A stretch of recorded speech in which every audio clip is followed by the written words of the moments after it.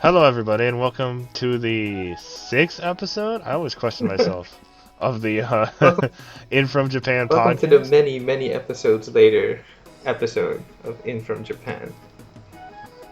Six isn't that big of a I number. mean, it's an accomplishment. We didn't implode. Yeah, it's still here. uh, no, the podcast where we talk about stuff from Japan. Yeah, that's That's good. my That's slogan. definitely. That's my slogan. um, we are just so I don't forget to mention. So in addition to Podbean and YouTube, we are also now on Spotify. Yeah, yay. Yay! Nice. um. So without further ado, we can talk a little bit about what we've been playing, which we actually skipped over in the last podcast because we were still playing the same stuff, and I mean maybe we're still playing the same stuff now, but Probably. there was just so much news last week Yeah. that it was just hard to fit it And we in. were both so Um, busy. I'm guessing we both didn't really have that much time to play games at all. yeah, I don't know, and that's gonna happen too with all the other games coming out that aren't from Japan, and it's just gonna be like, oh, jeez. Um, so I've still been playing Bloodstained. I'm pretty close to finishing it. Um, there's this so you know how in Symphony of the Night, the whole big thing is the The castle. at like the halfway point, yeah, the castle turns Yeah. upside down.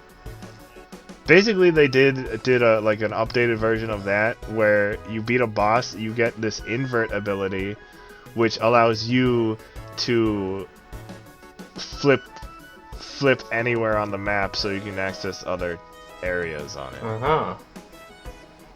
And I was actually doing it wrong because you have to press down, up, X, and I was pressing up, down, X, and I was like, what am I doing wrong here? It's also like not that great because X is also jump, and then down X is also slide, so it doesn't like. It takes a little while to get the hang of it, of the That sounds timing. convoluted. Yeah. Um. But otherwise, it's pretty cool. I believe I'm on the second to last boss, the penultimate boss, if you will. And I already got the one ending, the first bad ending, so that was cool. I'm just hoping to finally finish it so I can talk about another game, which I'll probably talk about like next week. I'll talk about Snack World.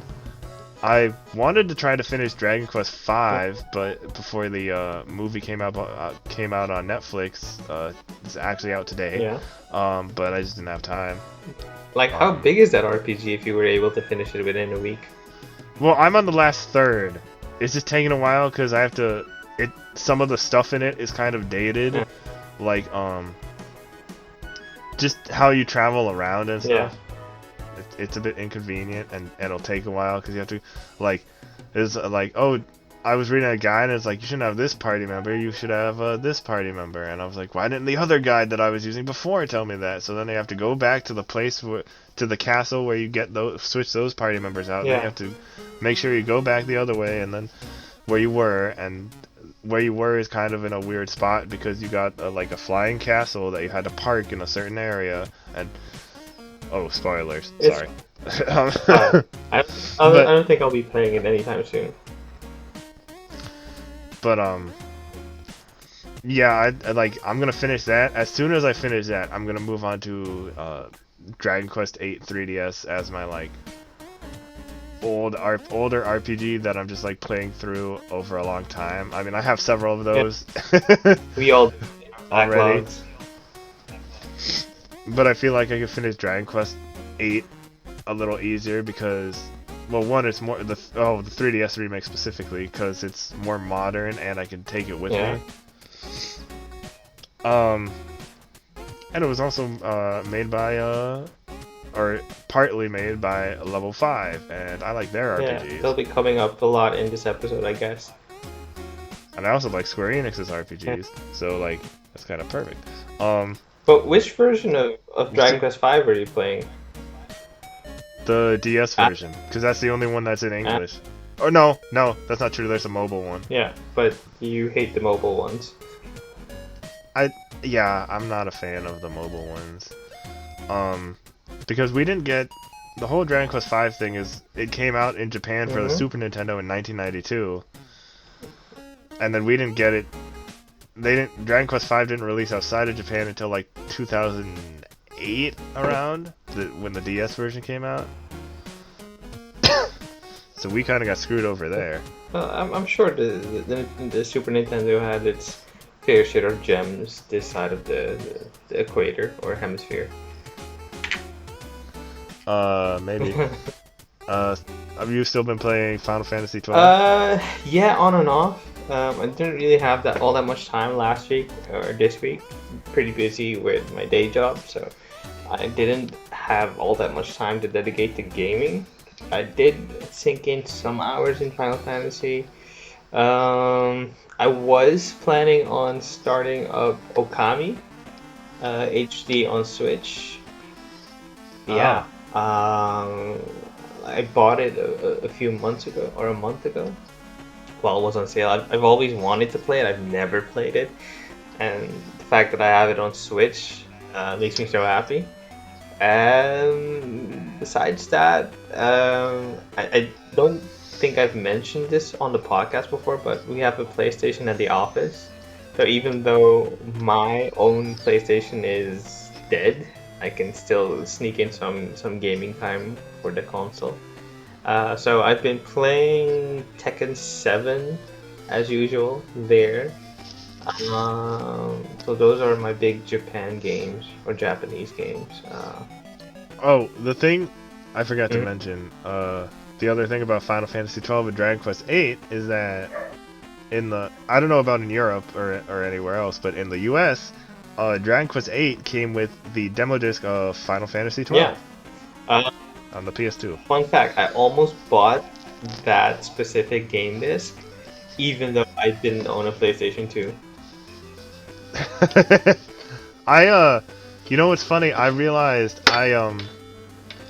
so it was like what was it?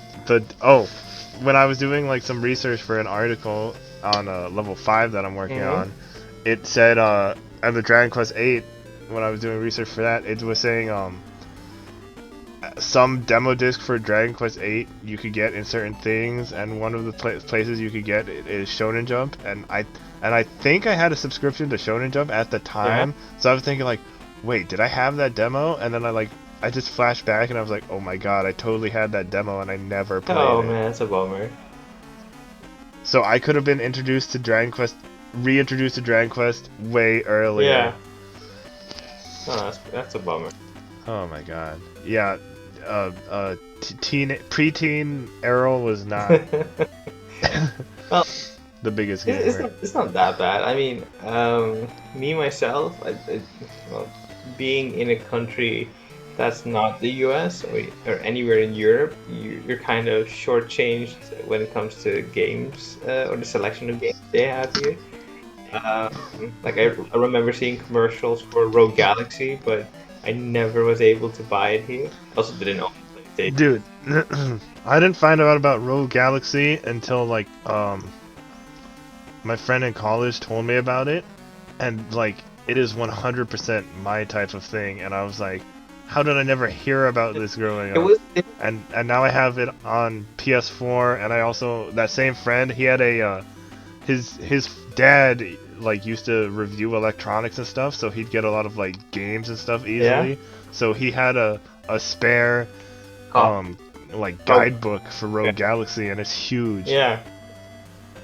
I mean, it was at the end of the PlayStation 2 life cycle. I'm guessing, Yeah, like yeah, it 2005. was about to start the PlayStation 3 generation. So I guess people migrated over or started to migrate over to that and forgot about the PS2 and Rogue Galaxy. But yeah, Not just that, but the Wii was such a hit around like yeah, that too. that time. Yeah. Well, yeah. Um, All right, so getting into the news. Do. I don't know. We don't have like a news thing. Maybe we should have like a buzzer or a button. Yeah, I wanted to add something, but I couldn't find like a one that would fit Mm. or that I felt fit. Um, our first story is not technically about like any video game in particular, but it's kind of news for us because it's one of the sources we use the Yeah. most. So this is by the Siliconera staff. Quite literally by it says, Siliconera and Japanator are teaming up. So basically, Japanator is It's like a Japanese culture site for music, yeah, it's for like anime. Japanese culture, film, music, anime. Yeah. So Siliconera is basically doing what what like IGN and GameSpot had to do a couple years ago, During which is combined with their entertainment stuff. IGN and GameSpot? Well, because they weren't, because remember it wasn't IGN game focused before they started doing more entertainment stuff. Same with GameSpot. Oh, I meant you. I thought you meant IGN and GameSpot were merging or merged. That would be crazy, wouldn't it? When did this happen? That would be huge news. I mean, they are across the street from each Yeah. other. Or not across the street, down the street. Yeah, so Siliconera and Japanator are merged. Japanator and BFFAQ. Yeah, it's like an FAQ for the BFF. Is it like GameFAQs or Yeah, something? it's an FAQ for what this merger or this team up means. Oh, I thought it was. Yeah, there's no comment there. I thought. I thought it was like a third thing. No. Oh my god. Also, That's how I you like can tell I'm a little under the weather. I like how they mention that this is a fusion dance between the two. Like, Oh yeah. yeah, That's I great. see what you did there. I also like how they say Japanator did reviews and Siliconera does playtest. What will happen? And they do place tests instead of reviews, so we can better express our passions for games and keep coming back to certain elements of them we consider important, which I kind of like doing. Yeah. Like, if you've noticed in my content when I talk about like Yokai Watch and stuff, it's never a review. It's more like here's what happened with this game, or like here's what It's kind of like what Kotaku does with their game diaries. Where yeah, I was kind of inspired by that because for one of the other sites I write for, Indie Hangover, I do spotlight articles, which they're not technically reviews. They're just like kind of like, oh, this game is cool, maybe you should check it out, and it would be good for like if you like this kind of thing. Not always that positive though. I did one for something called Skellboy. Yeah, that one was not great. Oh, okay. Anyway, yeah, so that was just a little story that's, I mean, it is gaming related, but it's more media related than anything else. You'll probably notice how it affects the content we pick up from now on. Like we might. Especially because we talk about Japanese entertainment in relation to video games. Yeah, so maybe we can like branch out into anime or movies or what have you surrounding Japanese culture. You know, yeah. If we ever make a Patreon, and then when one of the goals is like in from Japan goes to the movies or something like that. Like that's what the name of it's called. Working Or we title. can have special one-off episodes. Oh, or that. That's too. Alright, so the first, like, game news story. Kingdom Hearts HD 2.8 Final Chapter Prologue. Jesus. I know people make fun of these names all the time, but saying it out loud, I'm like, oh, okay, now I understand. For Xbox One, launches February 18th. Yeah. Good news for the Xbox One guys and gals and others. It's kind of weird. They haven't announced the all-for-one package for it yet, just specifically 2.8. I think it's also due to an exclusivity deal or a timed exclusivity deal. Like maybe Sony has like exclusive rights till a certain date, and because of that, they can't announce it for Xbox One or other platforms. That would make sense. Yeah, it'd be probably coming to PC as well at some point, seeing as Xbox and PC are pretty much integrated now. So having Kingdom Hearts 3 isn't on PC, no, right? it isn't. But I'm saying, since it's slowly making its way to Xbox, I wouldn't be too surprised to see the all-in-one package coming to Microsoft Store or the Steam storefront within a year, probably. Ah, okay. Because Well, I guess we'll see. one of the main criticisms, or yeah, one of the biggest gripes fans have surrounding the series is that it's so fragmented. Like, you'd have to have I mean, they're all on PS4 now, but it's starting up again with the Xehanort mobile game. Like, okay, most people have mobile phones, sure, but is it going to be powerful enough to run that game, or do people have enough time to dedicate to gaming on a mobile phone while they also still have their consoles? It's like, you're not helping us fans really. Yeah, I don't know. Also, man. put everything on Switch. Well, 3 won't be able to run on Switch. And I don't think 2.8 or actually part of 2.8 wouldn't be. Isn't that 0.2? Yeah. Yeah. But otherwise, yeah, put Kingdom Hearts 2 on Switch, the best one. Kingdom Hearts 2 Final Mix. Put everything. I mean, including... Yeah. Alright, next story. This is from... Oh, I didn't say what the last... Well, the last one was from Gamatsu, from the one and only Sal Romano. That guy deserves a medal. Like, he does everything. I wish you could get him, like, on here, but the time difference is probably... Yeah, and he's also probably super busy. All day, every day. That too. Yeah, I'm really surprised when he gets stories earlier than other people, depending on the time. It's crazy. Yeah. Anyway, next story is from Silicon Era by Jenny Lada. Is Fire Emblem 3 Houses DLC brings Darkfire, Trickster, Valkyrie, and War Cleric classes back. So that Cinder Shadow DLC, did that come out today or does it come out tomorrow? I think so. It came out yesterday in North America and today in Europe. Huh. And Japan. I barely saw anything about it in the news. Well, you know how long Fire Emblem is? Yeah, sure. But, and not even reviews or previews. Huh. Maybe people are just maybe it's just for the like really big Three Houses fans who are like just still playing. Yeah. I still need to finish. I don't know how I have so many friends who like finished it not that long after it came out, when it's like 110 hours long, maybe more. I mean, I haven't even finished my route with the Blue Lions yet, and And is that your first route? route? Yeah, that was my first pick, cause. Yeah, I haven't finished my Golden Deer route either. I'm not even at the.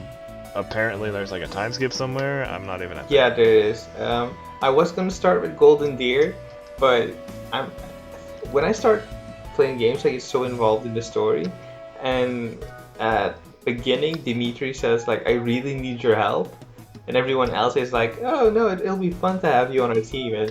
But Dimitri like is so urgent in his asking of you for your help. And I was like, "Oh man, I can't let you down. You gotta join here." I mean, you have to do all of them to get the true ending or whatever. Yeah, anyway. so I'm pretty sure I'll just end up playing everything either way. Yeah, eventually. So they've been I guess Nintendo or whoever has been like highlighting these different classes on Twitter, and there have been articles about probably all of them by now. Yeah. Because it's from a few days ago.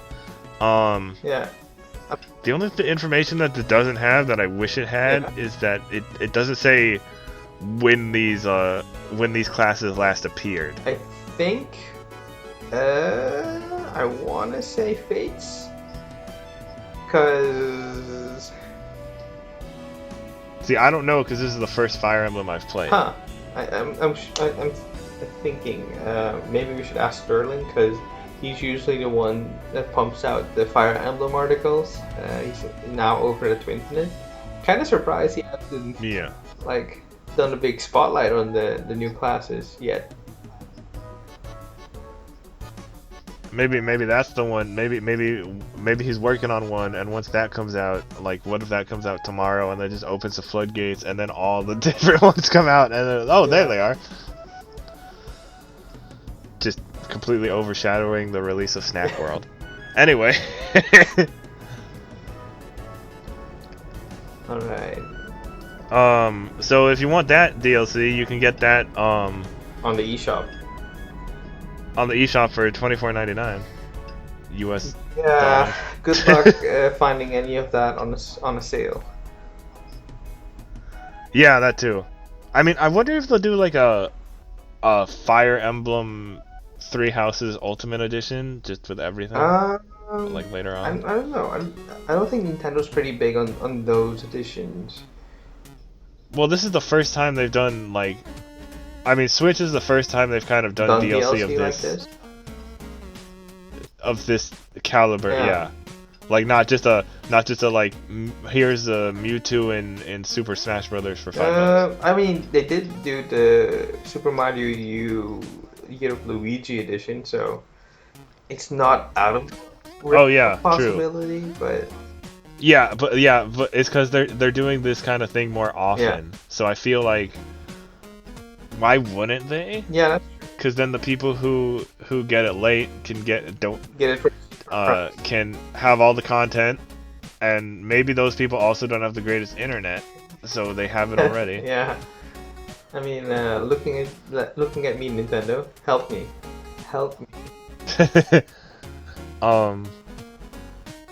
And then exclusive covers and exclusive little things, Bonuses. all that jazz. Yeah, bonuses. So we'll see what happens with that. I will get to it if I ever finish the base game. Yeah. Next story is also from Silicon Era. This is by Ishan Sadev, which I'm pretty sure he must be a newer guy there, because before a week or so ago, I never saw his name around here. So, it is Atlas says its 2020 user survey had a record number of participants. So, Atlas had a survey in... No, it wasn't in Famitsu, right? It was just on their website. I'm not sure, but it was sent out in Japan. Yeah, it wasn't in Famitsu. I've been just seeing so many, because Famitsu has a lot of surveys too. Or maybe Famitsu reported on it. Yeah, I would really wish Famitsu had like an English translated website. So Atlas conducted their annual consumer survey in Japan, where they gauged the playing habits of fans in their domestic market, as well as their interest in various platforms and upcoming games. So basically, oh, and this year the company included a question specifically pertaining to ports of their games to the Nintendo Switch. The survey asked whether fans would like to see ports of various games from the Persona, Shin Megami Tensei, Etrian Odyssey, and Vanillaware brands to the device. Yeah, it's pretty. I got a high number. Yeah, pretty high number of responses they got, and oh, there were so many responses they concluded the survey 2 days early. Yeah, it's like, okay, guys, we get it. We'll get back to you. Is there anything you'd like to see making its way to another platform, or Persona 2, both of them. What's your because what's your love affair with Persona 2? It's just because Persona 1 and Persona 2 are so ignored. I I heard the first Persona is not very good, and the second Persona, it has a really good story, but hasn't aged that well. But like maybe make a couple of like gameplay improvements, make an enhanced port for Switch. Also, Persona 3. I don't know which version. Uh, Whatever, like maybe a complete version that combines FES, portable, and whatever. FES and portable. yeah, I'd like to see a Persona 3 like remake on the Switch, with all the enhancements that have come to 4 and 5. Porting over Golden would be great. Uh, Also, Persona 5 for Switch because they haven't done Persona that. 5 for Switch would be great. Persona 1 and 2, I think, will take a lot more time to get reworked.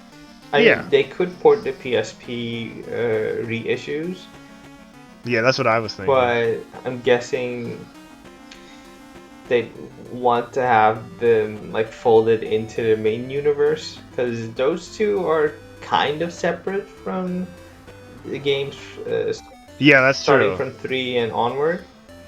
Upward, I Yeah, mean.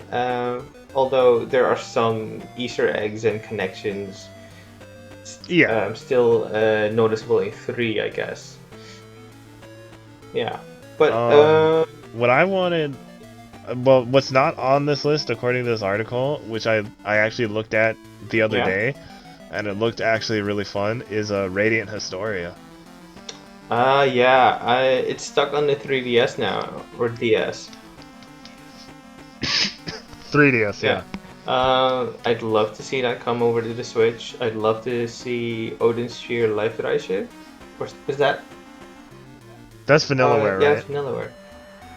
Yeah, I have a friend who played that and he I loved mean, it. I own it on PlayStation. I played the demo. I played a demo, but I own it on PlayStation, and now that my PlayStation is dead, I'm super sad.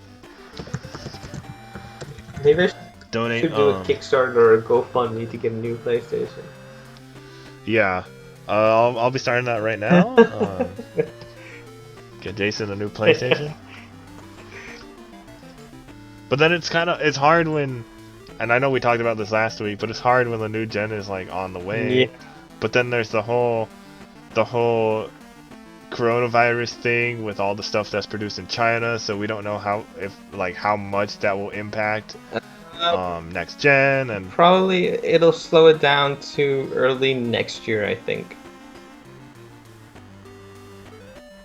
the next gen will. Yeah, probably. If it's really something to be worried about, or it's definitely something to be worried about. But I mean, in terms of impacting hardware output, then in its worst, you'll probably see next gen be moved to early next year. Yeah, I could see that happening, which I wouldn't mind. It might be a weird. It would be a kind of weird year. It would be a good year for Nintendo, maybe. But well, actually, Nintendo will be like, "Yo, I'm sorry for you guys, but we're having fun over here." or at least digital game. Oh, and indies. Like all these indies would just be like, oh well, we don't have to worry about a bunch of things Yeah. now for a little while. Also, give a chance to let people like us play our backlogs a little Yeah, more. exactly. I'd also like to see. Is it Dragon's Crown? Um, I think that's vanilla. yeah, and also there's one more. 13 Sentinels. No, not that one. Wait. Muramasa the Demon Blade. Oh, Muramasa the Demon Blade. Yeah, I had that on Wii and I played it for a little while. Though it is published by Marvelous, so I don't know if they Oh. own the rights to that. Huh. Yeah, I didn't know that. There's also 13 Sentinels. It's a game that's been mentioned a lot, and we talk. It came out in Japan. Yeah, already. and we talk about it here and there in the Discord group. But yeah, I'm kind of interested to see that make its way to Switch at least, or PlayStation 4 or Steam. Like, I'm interested to see what all the fuss is about. Yeah, was it my first or second E3? Mm-hmm. What? Or no, was it E3? Yeah, they had like a small little 13 Sentinels booth, and I took a picture in front of the like robot cardboard cutout they had. Mm-hmm. I don't know, and that was like the last I heard of it until more recently. Maybe we should start a petition. All right. So next story This is one of our Netflix stories because we've been getting these more often than I thought. Netflix sponsor us. We'll do anime coverage. Netflix pulls Resident Evil series description. So they published it. I thought it like leaked or something, but I guess they published it Yeah. and then they pulled it down for this Resident Evil series. It does not take place in Raccoon City. That's surprising. The town of Clearfield oh god.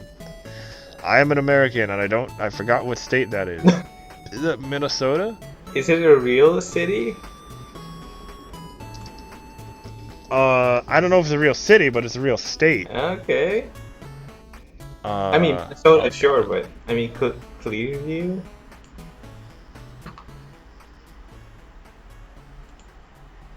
Maryland? That doesn't make sense. Oh, yeah, I guess Maryland. Yeah, that makes sense. That's why it mentions has long stood in the shadow of the town of Clearfield, Maryland has long stood in the shadow of three seemingly unrelated behemoths: the Umbrella Corporation, the decommissioned Greenwood Asylum, and Washington D.C. Oh, okay.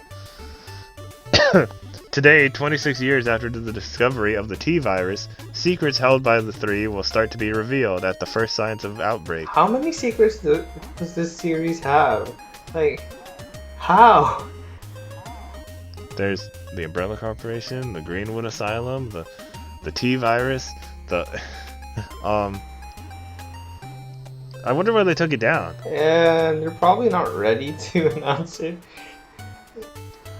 I thought, like, before I read the description, I thought maybe they took it down because of the whole coronavirus thing. I was like, oh, we don't want to like be insensitive to people or something. That I could don't know. possibly it. They're like, but from this description, that doesn't seem like that would be why. I think you're right about they were just like they put it up too early and like somebody pressed the wrong thing and they were like, whoops. Have you ever seen any of the Resident Evil movies? I've seen the first two movies. I've seen the fourth one, and I've seen two of the CGI movies. Oh, I forgot about those. Yeah, I just meant the live action ones, but I think I saw either 4 or 5. I don't know how many of the live action ones there are, but I've seen 4 of them.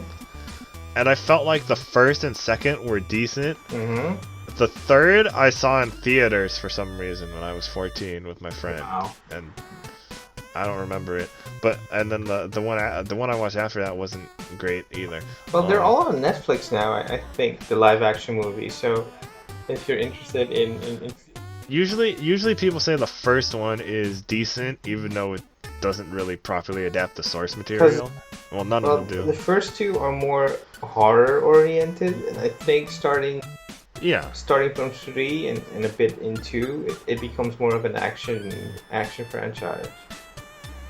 And then there's the whole like Alice in Wonderland allegory, and which I thought was kind of a neat little thing, but I don't know, they just kept getting worse and worse. The CG movies, I forgot how many of them. I feel like there are 3 of them, and I've seen 2. Well, yeah, I think that's about right. Let me check. And those movies I think are much better than the live action ones. Again, they're not like amazing or anything. It's the thing is with the CG movies, they're like in the vein of Resident Evil 4, 5, and 6, like action heavy. Yeah, but there are horror elements. Sure, but I think the thing that makes it a bit more enjoyable is that it's CG, and when you're watching something in CG, you're not so bothered by the ludicrous nature of the elements in the movie.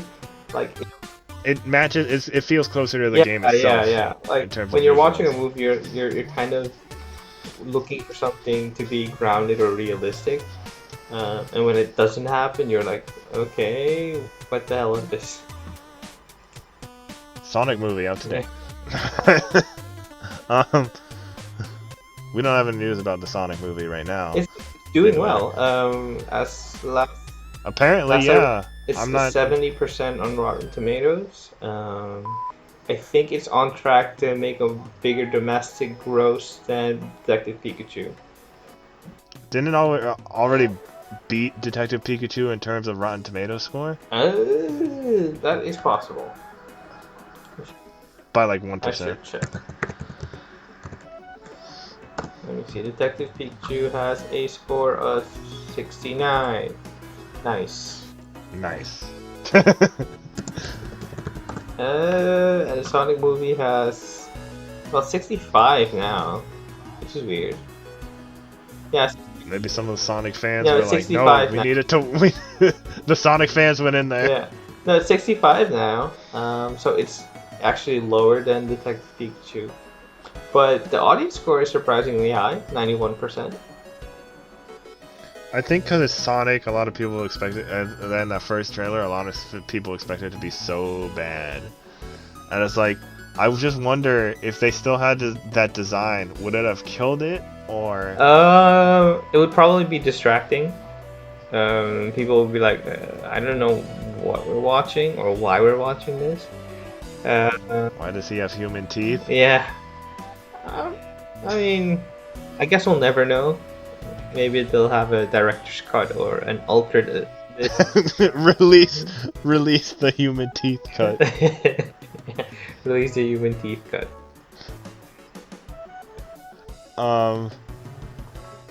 Anyways, enough about Sonic the Hedgehog. Next story from Jenny Latta over at Silicon Era again. Animal Crossing New Horizons will work with the Nintendo Switch Online app, which, I mean, the Nintendo Switch Online app is the whole convoluted thing that you attach. You put your phone and your Switch for chat, right? Yeah. Or whatever. Yeah. So that's not that surprising to me. Yeah. I wish Nintendo would get its act together when it comes to online. You would think, right? Yeah. But they just don't. Maybe Like, partner with Discord. I don't know. Maybe next generation. Fingers crossed. Maybe, yeah. And they're gonna take like steps back with something else.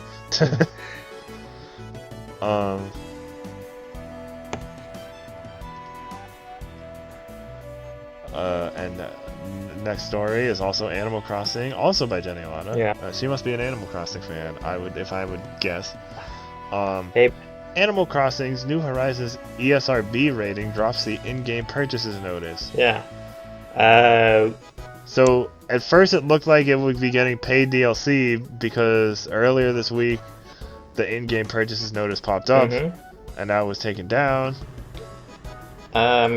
So maybe it's still in flux. It's not a clear confirmation or denial. It just might be in a state. Rating might still be in a state of flux, and definitive information is not available yet. Maybe in the next Nintendo Direct. We'll talk about that later. More about that later. But I just thought it was kind of oh, they also removed the users interact designation. It's a bit weird given that it is multiplayer. Yeah. But I guess we'll find out soon because it comes out on March 20th and we still don't have that much information about it. So I'm guessing Nintendo will like give us some more info soon. I could see them giving us info on the 20th when it's a month out. Yeah. Are you getting it? In a couple days. Heck yeah. Didn't I say yeah, because I played New Leaf and then I'm getting Animal Crossing digitally so I don't just switch the cartridge. Because that's a daily thing. Or else you get weeds and cockroaches and like it's not hard to deal with. It's really tedious, annoying. This will probably be my first Animal Crossing game. Good. One of us. And our friend of the show, Nicole B, she'll be coming back to streaming soon, and because she fixed her computer, and she streams Animal Crossing and Pokemon. She mostly streams Animal Crossing. Yeah. Maybe we get her on to the show once Animal Crossing drops. Yeah, that's what I'm hoping. I need to talk to her about that. Anyway, So I'm excited for that, and I know a lot of people are excited. Their Animal Crossing Switches and Yeah, our all that. timelines will be pandemonium once Animal Crossing drops. Yeah. Um, next news story is still Nintendo, and it's still Siliconera, and it's still by Jenny Lada. I was like clicking to see if it Man, was. you love to see. Uh, Pokemon Home opens its doors, and Grand Oak's there to meet you. Update. So Pokemon Home released yesterday, Yeah, I think so. and I feel like it should have been way bigger news than it was. It was kind of a little blip, like, oh hey, by the way, Pokemon Home is out. I was like, wait, why am I not seeing like a bajillion news stories about it? And then once people started looking at it and realized that this futuristic Professor Oak dude is there, they were like, oh. And then we got the story. Well, as far as I can tell, it was 2 days ago when it dropped, and I think people were still trying to figure it out. And yeah, now that That's Professor true. Oak is out, I think they have a Grand Oak, excuse me. perfect recipe for attracting users or people interested in it. I call him I said to one of my buddies, I said Jet Set Radio, because he has those glasses. Yeah. they were like, I love it, but I also hate it. So it's available on Switch, eShop, Google Play, and the App Store. Yeah. You can transfer up to 30 Pokemon And- from Let's Go from Let's Go Mhm. for free. Transferring them from you need a premium plan to transfer any Pokemon from 3DS. Okay. And they updated the Pokédex and Sword and Shield as well. So the Kanto starters are now back in. The Alola starters. Wait, yeah, I think the Alola starters are back in, as well as possibly 2 of the Kalos starters. There's a whole list. But yeah, so I'm gonna wait on transferring my Pokemon until I know all the ones that I actually want to transfer. I don't know why, but this Oak seems like an alternate universe Rick Sanchez. Oh yeah, I saw somebody Yeah. say that. I mean, hey, there have been alternate universes in Pokemon before. If you play the Delta episode in Omega Ruby and Alpha Sapphire. No, I haven't. So yeah, it's a whole thing about a meteor is about to hit, and it's like, well, we can't send it to another like if you do this thing, then it means it'll hit something in another dimension. So you have to go fight it, and the meteor is Deoxys. yeah. And there's a whole thing. It's like, wait, there's alternate dimensions, and then there's the whole thing with Sun and Moon, and they go get into that kind of more, and it's just like, what is going on? Is this Kingdom Hearts? Well, if you dive deep into the story, you notice how complex or convoluted Pokemon can be. So a paid account can store and trade more Pokemon, could also be the host of a room where people can all gather together to trade Pokemon. Free accounts can participate, but not host. You also got a couple free Pokemon for different milestones. So when you first get the app, you got a Pikachu. When you transfer from a certain game, I forgot which, you get a Pichu, and then there's something about the starters, I think. Sorry, I don't have the exact information, but it's not that hard to do. But you would need a premium account for the Pokemon Go one. Well, actually, especially because you can't transfer them from Pokemon Go yet, but you can connect it to Pokemon Go or something. It's probably really strange. coming in I don't know what Game Freak is doing. Well, it's the Pokemon Go app is something else entirely than the Pokemon Home app, and that in conjunction with the Pokemon games, it's like a lot to coordinate, I guess. Yeah. So my Let's Go save file, I didn't even realize that it was still on my Switch. So I was, even though I don't have Let's Go Eevee anymore, I was still able to transfer some Pokemon. Well, most of the Pokemon in Let's Go that I had are not important, but I did put my Meltan in there. That's cool. Because that was kind of the most important one. So I was like, okay, cool. I wonder if they're gonna change the evolution method or what they're gonna do with that. I should check if there's Um, any Pokemon from Let's Go or Go that I want to bring over. I don't even have Pokemon Go anymore because I got a different phone and I forgot my account name. But I didn't have Well, anything like I didn't have your any. account is still stored in the cloud, so you'll be fine. Well, I haven't played Pokemon Go in a while, and there was nothing important there I wanted to transfer.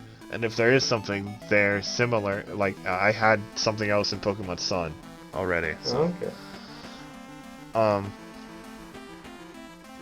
So Pokemon Home is out, and I believe for 30 days, premium subscription for a month is like $3 or $4. Mm-hmm.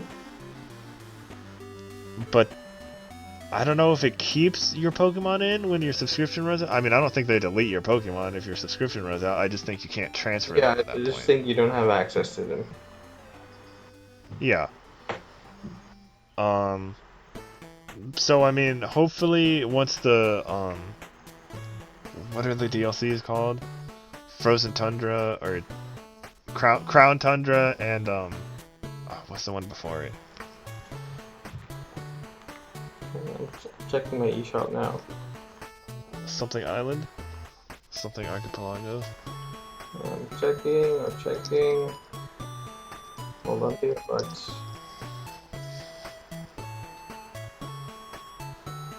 okay, the eShop has started up. Okay, it's let's see, Sword Expansion Pass, and the Sword Expansion Pass includes the Isle of Armor and the Crown Tundra. Isle of Armor. I knew it was Isle or something like that. Okay.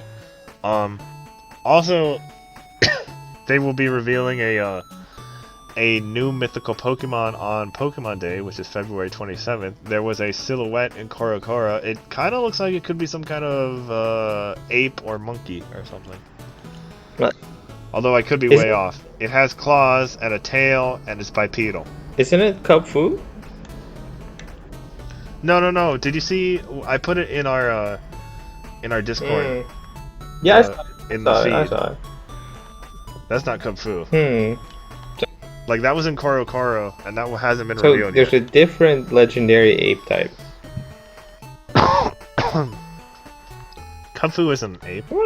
Kung Fu is a bear. Well, he's ape-ish. That's why it turns in into my eyes. Ursafu. Ursine bear. But yeah, I guess we'll see if they have any other surprises in store for Pokemon Day, which I wouldn't be surprised if they I wouldn't be surprised if they if there's other information. And this is also one of the Pokemon that hasn't leaked allegedly. So that's interesting. Speaking of leaks, and this story comes from IGN because Siliconera and Gomatsu don't usually cover stuff like this. Nintendo, from Chris Priestman, that is such a comic book name. Nintendo publicly cuts ties with game publication after Pokemon Sword and Shield leaks. So Nintendo and the Pokemon Company have announced they were no longer work with the game publication after one of its reviewers leaked images of Pokemon Sword and Shield back in November 2019. The reviewer worked for Portuguese website F Nintendo, which, if your website's name is F Nintendo, leaking a Nintendo game seems like something somebody might do. I don't know. It probably makes more sense in Portuguese. Yeah, I'm sure it does. Received a copy of the Nintendo Switch game early. He then shared photos of the game online that revealed multiple Pokemon in Sword and Shield that were unannounced at the time. Nintendo and the Pokemon Company discovered the source of these leaks and took immediate action. But now the two companies have gone further and announced in a statement released to press today that they've cut ties with that reviewer and F Nintendo completely. A clear breach of the confidentiality agreement between Nintendo and the media outlet, and as a result, Nintendo will no longer work with F Nintendo. Nintendo will always protect its intellectual property and brands. Leaks hurt not just Nintendo, but the thousands of employees who work hard to bring games to the market, and the millions of fans around the world who look forward to news and surprises. Yeah. So this is and then Nintendo released its own statement. They're kind of saying, yes, it's our fault, but it's more like the guy's fault that leaked it. Yeah, they said It essentially they severed their relationship with that reviewer. Yeah. Which, you know, goes to show you, don't go leaking stuff, guys. It's also, like, Nintendo's already hard enough to, like, for sites that aren't the big name ones to get, like, codes for. Like, you're making it harder for everybody else. Yeah, Nintendo is like the hitman squad of cracking down on leakers and people that misuse or abuse their IP. So if they don't, that's why the leakers. That's why the famous leakers, you don't know their like true identities most of the time. Like, there's people who will hint at stuff. Like Emily Rogers will hint at things, but she won't like straight up say anything. So she starts speculation, which is leaked. Is interesting. Probably. I mean, you would think wouldn't the Nintendo people have got her by now though? The Nintendo ninjas. Nintendo ninjas, probably. Well. So I feel like she's vague enough that they're like, oh, they don't care. It creates hype and speculation, whatever. Yeah, well, don't go leaking, guys. It's. Yeah, don't go like leaking like that guy. Like, don't do that. It's hard, especially if you're media, because it makes everything harder for everybody else. Besides that, people have been putting a lot of effort into the creation of games and. Yeah, that's what I mean. It makes everything, just in general, not just media, the devs, like everything. PR, probably, like everything. Jason Schreier used to leak a lot of stuff in the past, but he's come around a little, or a lot around that topic. He's like, what's the point of leaking something that'll be announced 2 days later or a week later? It's like, you're like stealing someone's thunder, and to what end? He also will hint at stuff. Though. He will hint at stuff, and if it's in the benefit or the service of the public's knowledge or access to information, he'll make a judgment call on that. But overall, he won't leak stuff willy-nilly. He also delays games. No, I'm just kidding. You know that running joke, right? I know it. Yeah. Next story, it does still have to do with Pokemon, and again, we're actually going out of our, well, not out of our comfort zone, but out of our usual wheelhouse of sources. This is from US Gamer by Nadia Oxford. Oh, I follow her on Twitter. She's a Dragon Quest. Yeah, she's great. She knows a lot about RPGs too, and she usually co-hosts with Kat Bailey, also of US Gamer, the Axe of the Blood God podcast. Oh yeah, I haven't had the chance to listen to that, but I always see it pop up. Yeah. So a hacked Pokemon. I love the title of this too. A hacked Pokemon is wreaking havoc in Pokemon Sword and Shield, which means it's technically a Digimon. Yeah. What's the one? Maybe don't use surprise trade for a while. What's the one from the movie again? Diaboromon? No, Diaboromon? The other one. Are you talking about the Mega form from one. Digimon the movie? Yeah. Are you talking the Mega form or the Rookie form or the Ultimate? It's Diaboromon, more or less. Yeah, it's Diaboromon. Yeah. Or if you want to be the Caramon, Infernmon. I forgot what the little ones were called. Let's see, Diaboromon. Sumamon is one of them, I think. The egg hatches into Kuramon. Yeah. Sumamon is the one with the claw foot thing, I think.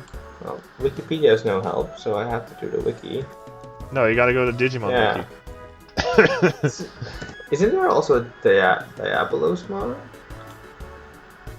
I think Diabolosmon is a different thing. Cause that's why I always get confused when it comes to Digimon. The names in my No, because when I search Diabolosmon, it just goes to Diaboromon. Huh. Well, let's see. Prior forms. And You know what's interesting about Diaboromon? He is voiced by the same English voice actor that voices Kurama, the nine-tailed fox, in Naruto. Whoa. I didn't even know that. St. Peter. I mean, Paul St. Peter has done a lot of Digimon. He's been around for a while, but I never connected the dots, and I was like, wait a minute. And He's then I'm also thinking, done I showed the Leomon. Digimon movie to my friend who's a huge Naruto fan. Yeah. Huh. Okay, cool. I think it's... Oh, Chrysalamon. I forgot about Chrysalamon. But that one wasn't in the movie. That wasn't until season 3. Sumamon, yeah. Sumamon is the training form. But, anyway, back to the other Mon thing.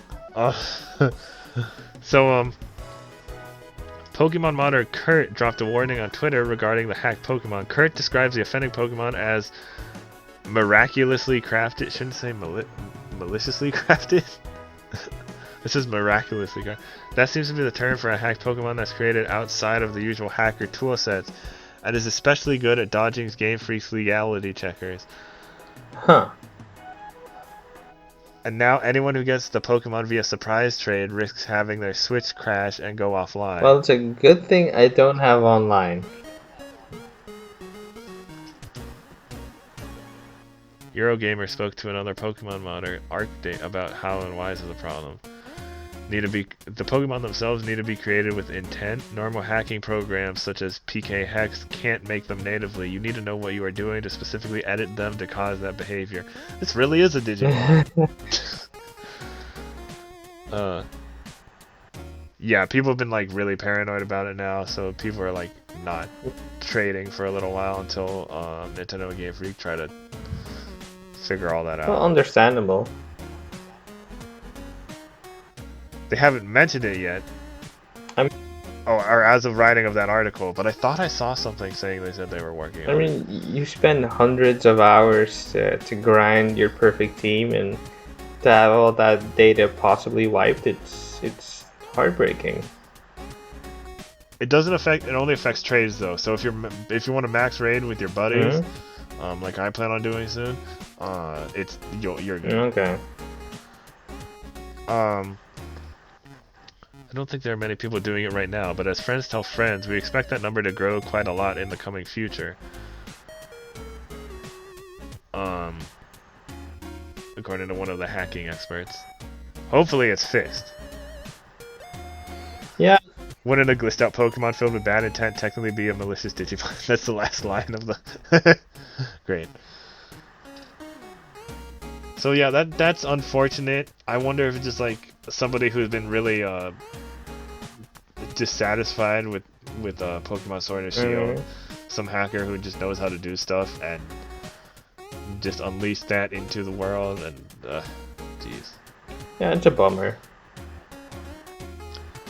I mean, it's only one for now. Hopefully it doesn't get worse.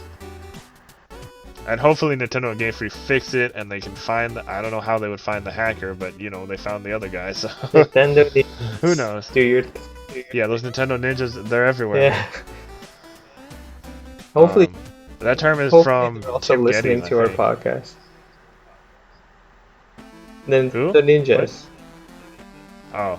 Oh, thanks Nintendo. Like your games. Can you please give level 5 a little more marketing, please?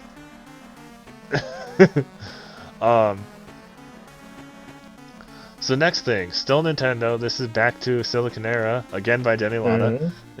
Nintendo Switch airport lounges open in the US in February and March. So this is like just a small thing. They're opening these little Nintendo Switch stations where you can play Switch games. They're opening in Chicago, Illinois at the O'Hare International Airport, Dallas, Texas, Dallas Love Field, Seattle, Washington, Seattle Tacoma International Airport, Washington D.C.'s Dulles International Airport, and that's it. Just those 4. It'll have multiple demo units set up with games like Breath of the Wild, Mario Kart 8 Deluxe, Super Mario Odyssey, Super Mario Party, and Tetris 99. Nintendo luggage handle wraps will be given away with Target $10 off and Target $10 off a Nintendo $75 purchase while supplies last. People will also be able to order a Nintendo Switch system directly from Nintendo and get a free carrying case.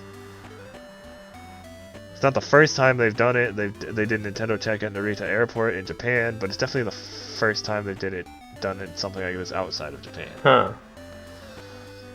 I just hope, well, since it's an official Nintendo thing and there will be like people working for Nintendo there, I just hope they clean them, disinfect them, because there are a lot of germs at airports and I think with this whole virus thing. I'm sure they're thinking about also that kids too. with sticky hands. Like, yeah, kids have sticky hands and all that. I just thought this was a very interesting story. They felt confident enough to like, hey, let's put this in airports for a little while. Maybe, oh, February and March. It's probably because of spring break over here, I would assume. Probably. March, well, I don't know, how long was it? No, it just says a limited amount, there's no specifics, just a limited amount of time between February and March 2020. Okay. Maybe before Animal Crossing comes out, and so all the people there, they order their Switches, and then they get Animal Crossing. Anywho, yeah, I just thought that was really interesting. What do you think about that? It could be like a good showcase of what the Switch is, and it could also help spread familiarity with Animal Crossing, Pokemon, and gear up people for the coming holiday season. I mean, it's more a good thing than a bad thing. Though good luck with all the parents and their screaming kids trying to pry them off of the Switches. So you have my sympathy. Maybe that's why it's only at 4 airports. You have my sympathy. Next story I thought was insanely interesting, and this does still have to do with Nintendo, but it does not have to do with Switch. Mm-hmm. This is by Ishan Sadev at Silicon Era. The Nintendo 3DS market was still alive in 2019, probably because I bought Yokai Watch 3. While the Nintendo Switch has been a major success over the past 3 years, the Nintendo 3DS also played an important role in the video game market in 2019. Its low price point, smaller size, and durability made the 3DS an attractive proposition for the market that wasn't prepared to upgrade the Switch or is too young for one. So the Nintendo 3DS and 2DS only sold 870,000 units over the past calendar year, and it's in its software sales that one sees why Nintendo has kept pushing the device onto store shelves. Best-selling games are here's how some of Nintendo 3DS's evergreen games sold in 2019. Mario Kart 7 with 570,000 units. New Super Mario Bros. 2 with 240,000 units. Super Mario 3D Land with 260,000 units. Animal Crossing New Leaf with 350,000 units.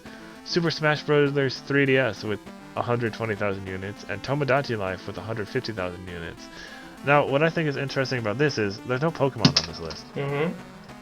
And the other games, most of the other games on this list have a new entry for Switch. Yeah.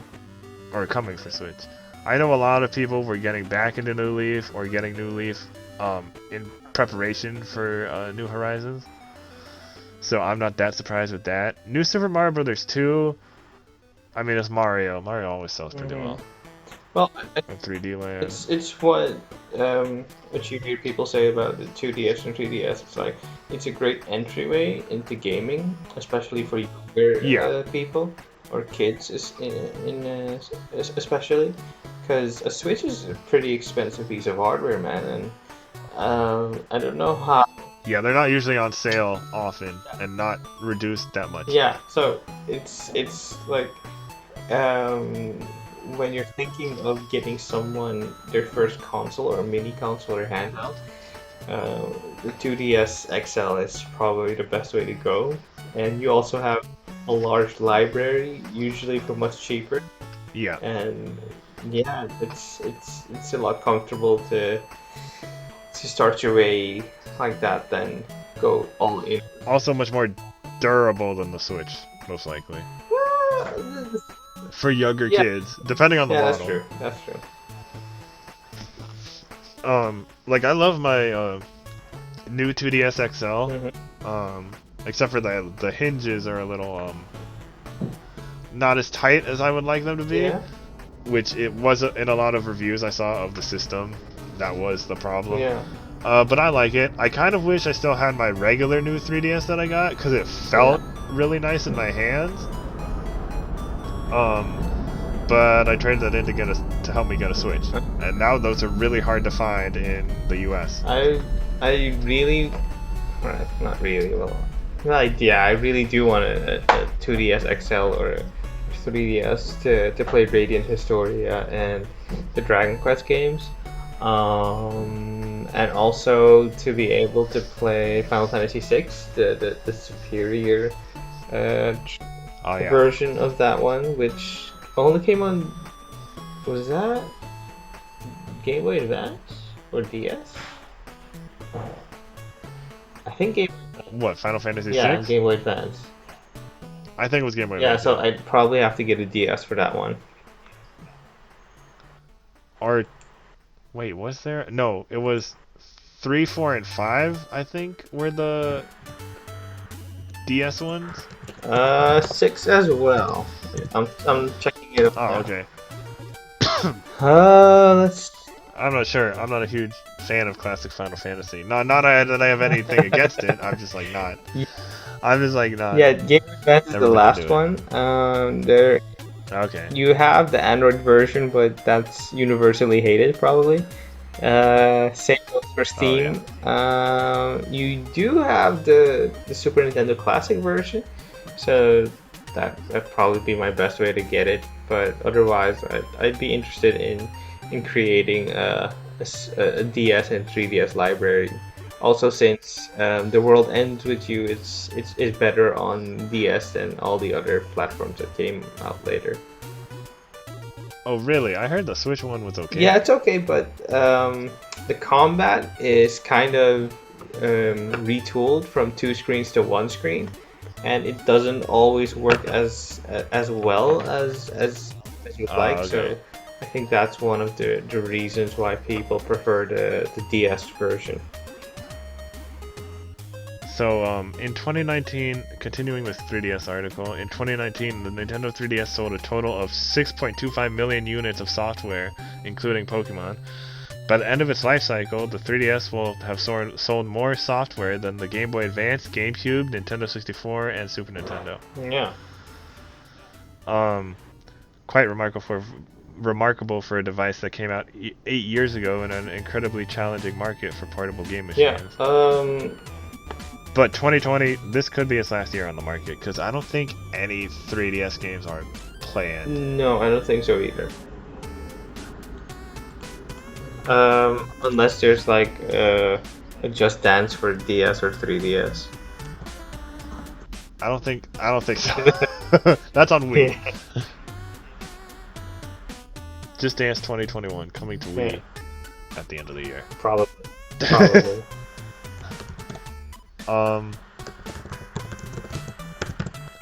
So the next one, well, I forgot to mention.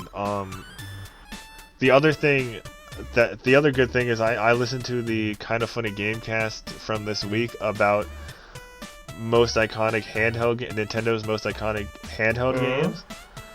And so I got all the handhelds I have, and I put a picture of them all together, and I put it on Twitter. So I still have my original Game Boy Color, which unfortunately the screen works, but the buttons don't. My Game Boy SP, my Game Boy Advance SP, which still works fine, and I still plan on using quite a bit. My older 3DS, which is the Ocarina of Time Zelda one. That's what I forgot to mention, that one. And then my 2DS XL on my Switch. Anywho. Wait, I kind of figured out how I could be able to play Final Fantasy VI on Advance. You do know the company Analog? Oh yeah, I've been looking into there's an Analog and then there's the Retron one. Those are both coming out. There's an Analog Pocket coming out, or is it already? I've been looking into those because so I could play Game Boy games on a bigger screen with like the dock that they have. So I'd probably be able to play like Game Boy Advance games more comfortably on that. That and the disc for the Game Boy Advance player for the GameCube is really hard to find. Yeah, you'll probably have more luck on eBay. Like at that point, it's like the same price with how much people sell Yeah. it for, because you have to get the GameCube and the player and you know all that. And then it won't be in HD. Yeah.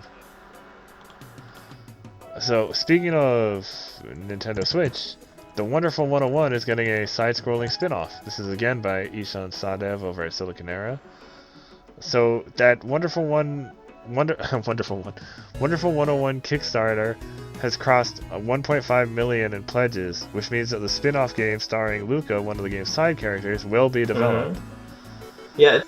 Luca's first mission, side-scrolling action title. Concept screenshot gives one a sense of how it might look.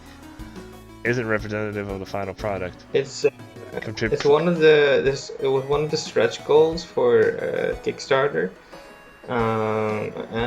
It was the last stretch goal, right? Well, until they updated it with this new one. Yeah, so they have more now, and they'll probably add more 2D levels as the stretch goals grow in size.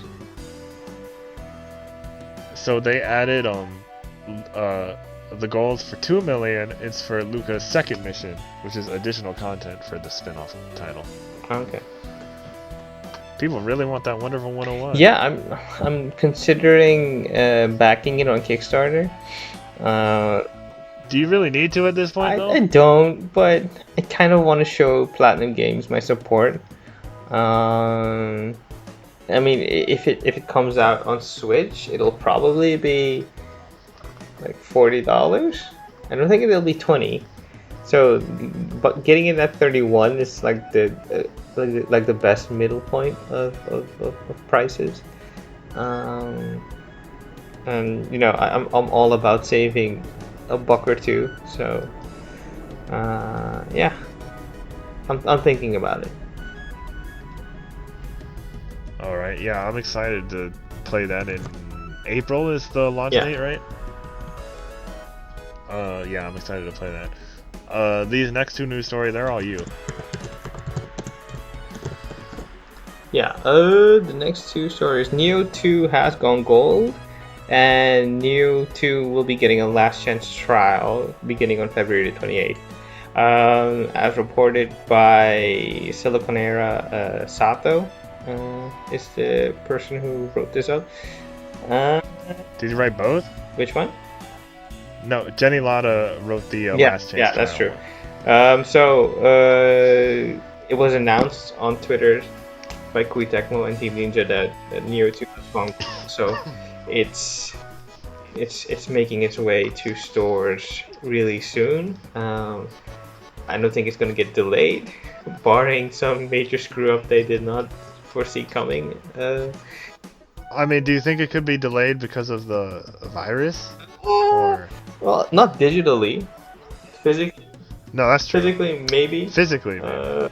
But they also have printers in other countries, so they can circumvent that hardware pipeline that way. But yeah, as of now, they haven't mentioned anything about there being any delays in shipping the discs.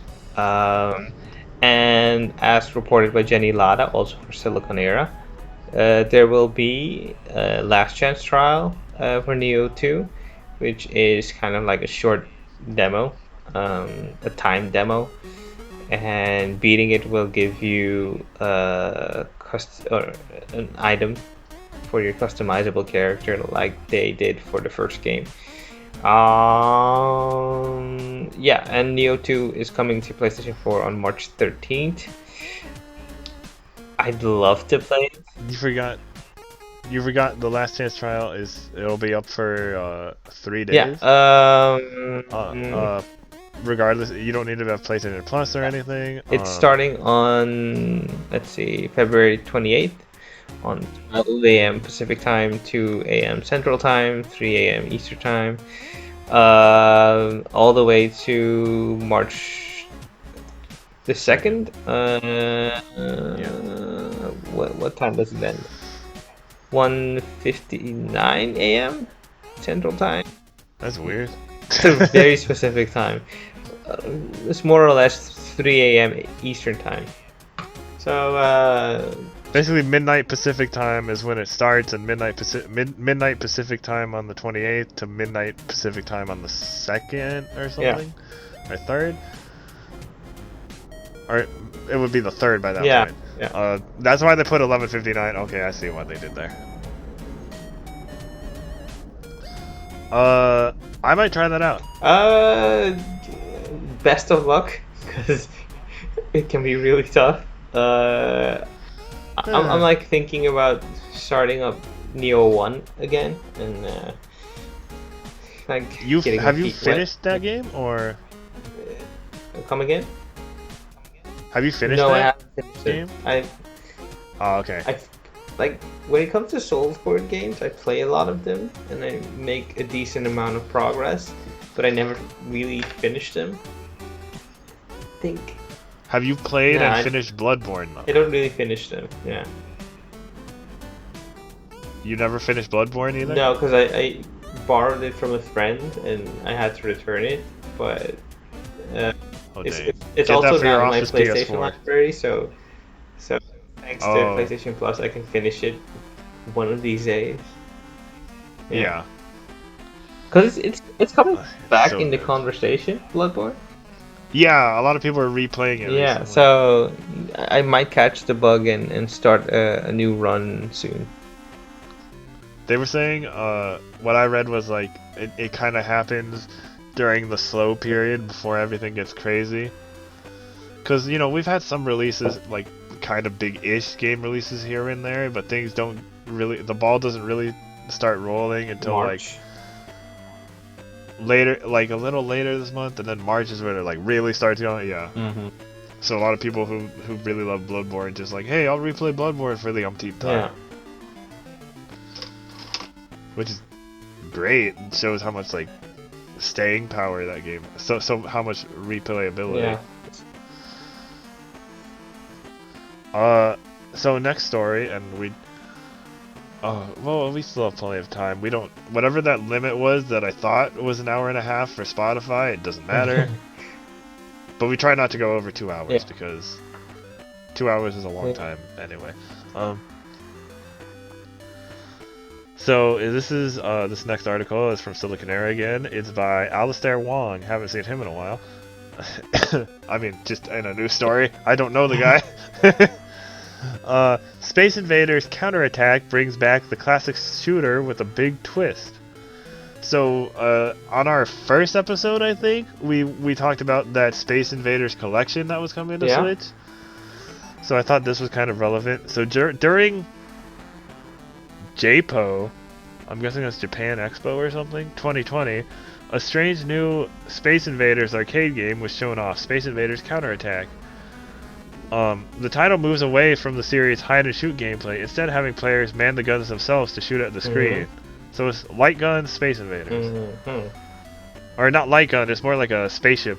It has two like joysticks, it looks like. Okay. So, as you would do in regular Space Invaders, you fire balls at the screen, up to 2 players can play as once. Danger will literally creep closer to the player during boss fights, as you now need to fire at the physical aliens approaching from the back of the machine and heading toward the player.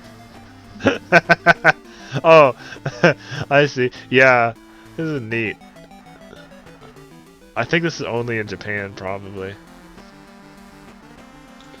So basically, it's a Space Invaders thing where it's more, it's a little more engaging than the regular one. It reminds me of the Space Invaders you sometimes see at arcades over here, where you sit in a chair and there's a huge screen and you have like a gun thing. So it's kind of just like an evolution of that. Are you getting it? And there's well, it's an arcade game. Oh yeah. I wish I could, you know, if I had the room and the money, I wish. Are you gonna play it then? Space Invaders Frenzy. Oh, there's also another Space Invaders title that actually has light guns. Oh, Space Invaders Frenzy is the one I was talking about. Okay. It's unknown if... Oh, this isn't in arcades. This is just at this event, and it's unknown if it'll be in arcades. For now, it might just be a demonstration of new technology that combines video games and mechanical arcade games. Oh, okay. So if it does come here and I can find it somewhere, yeah, I'll try it out. Okay. I love that Space Invaders one with the Space Invaders Frenzy with the chairs and the guns. That was cool. That same arcade had like a Star Wars like ship thing you could go into, and there was like a Star Wars piloting game or something. It was like I don't know if it's X-wing or TIE Fighter or what, but it's like a little Death Star ball you go into and you feel like you're actually in a spaceship. Yeah. Like that's just really cool. Anywho, yeah, so look out for Space Invaders coming to a Dave & Buster's near you if you're in the US, because that's where a lot of games are. Arcade games go now. Next story from Silicon Era again, by Alistair Wong again, and I thought this was important because it's related to a gaming company. So Konami creates new Aerosphere brand for esports product. Pachinko machine coming soon. No, I'm just kidding about that last part. Over the weekend, Konami announced that the company is beginning a new esports products brand known as Aerosphere. Upcoming Aerosphere products include 3 desktop computers, 2 gaming keyboards, and 1 gaming headset. Well, okay, but when are they going to make a real dual disc? Alright? I mean, this is great for people into hardware, but it's not really them making a recommitment towards gaming. It's just... No, this is them making computers, which is... But it is specifically for esports. Yeah, but esports is also one of the areas where a lot of companies think they can make a lot of money, so it's pretty on brand for Konami. At least that's my... I mean, it is gaming related. That's my cynical take on it. Oh, their popular Pro Evolution Soccer series of soccer games are also one of the main titles supported by the Japan Esports Union. Yeah, because the Pro Evolution games got rebranded into eFootball or eSoccer last year. So I'm guessing they're trying to make a great big push for esports with Pro Evolution. Yeah. I think we'll see, I guess we'll see how it goes. There's a bunch of like there's a Japanese picture with all the different computers and keyboards with a bunch of technical mumbo jumbo, and half of it is Japanese, so I can't read it. NVIDIA GeForce RTX 2070 Super, they all have, well, 2 of them have that. Those are the only things I can read. Well, yeah, it's as I said, Pro Evolution has been rebranded as eFootball Pro Evolution Soccer. So, PES 2020 eFootball. They're probably making that's interesting. a big push for esports with that. Because FIFA is dominating the soccer esports game. And outside of Japan, though, right? Because Pro Evolution, I don't feel is very popular here. Well, soccer isn't popular here in general, in the US, so FIFA is globally probably the best known brand. Yeah. Like, I always felt Pro Evolution Soccer was like just this like off-brand FIFA that most people didn't really like, but I didn't know it was popular in Japan. It must be better than I thought it was. Pro Evolution is from Konami itself. Started as Winning 11, and that's the sim series they like to tout over there. And I feel like Pro Evolution is more technical in its movement and animation system as compared to FIFA. Well, FIFA has like problems in like every game, I feel like, and I don't hear a lot about Pro. I mean, not to say Pro Evolution Soccer wouldn't. No, it's a yearly thing, which it's kind of underwhelming, because it's incremental in upgrades, never anything revolutionary anymore. So yeah, I guess it's whatever. Like I mentioned before, I haven't played a FIFA since 2010, so... in the office we have FIFA 20. We play it on and off. It's great fun. You better be getting that Captain Tsubasa game for the office. I'd love to, but I'm still kind of hung up on the animations. Not really looking all that great. I'm still worried about the. See, I talked to my friend about it, who's a big fan of Captain Tsubasa and soccer stuff in general, and he thinks it looks great. Yeah. So, Yeah, and he's very picky about like animations and graphics and like stuff. when it comes to core gameplay and just moving on the pitch, it doesn't look all that appealing to me. But when they do their super moves, then I can see the appeal in playing a Captain Tsubasa game. I'm sure they're like polishing it up a bit. We'll see. Because we don't even have a release date Yeah. yet. So we'll. It just has a launch window this year. Yeah. Next story. This is from Denny Lotta at Siliconera again, and this is kind of related to Konami. Well, related to somebody who used to work at Konami.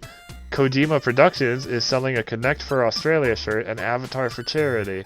So I wanted to include this just because, you know, the bushfires in Australia were such a huge deal. They kind of Still are. You don't really hear about them in the news right now, but they still are a big deal. Yeah. Although they've taken a backseat to everything else going on in the world. So, Kojima Productions is raising money for charities to help Australia in the wake of the 2019 bushfires. They're selling a PlayStation Network avatar and t-shirt to raise money for eligible causes. Profits will go to the Royal Society for the Prevention of Cruelty to Animals, which is helping the country's wildlife after the disaster. The avatar could cost as little as $1, though people have the option of paying up to $50 for it. It is only available until February 29th, and buying gives people a code that can be used until March 31st, 2020 at the PlayStation Store. A code for what? Oh, like... For avatar. What? No. It's saying that... Let's see. Oh, when you get it, it's only available until February 29th, and you can only... And once you buy it, you can only download it until March 31st, I feel like it's saying. Yeah, 2020. Yeah, it's a limited time code. Yeah. The Connect for Australia shirt is $25 and available in small through double XL unisex sizes. Unlike the avatar, has no expiration dates tied to it, so it's not that's not a limited thing. That might be up for a while, unless it sells out. Which, like, that's one of the things you actually hope sells out, right? Because that means so many people donated. It's for charity. So, like, I played a little of Death Stranding, and I wasn't like a huge fan of it, but I know people that are, and people that like the themes that were really on the nose and stuff. And like, this is a nice little thing that they're doing. A lot of gaming companies have been getting on the charity.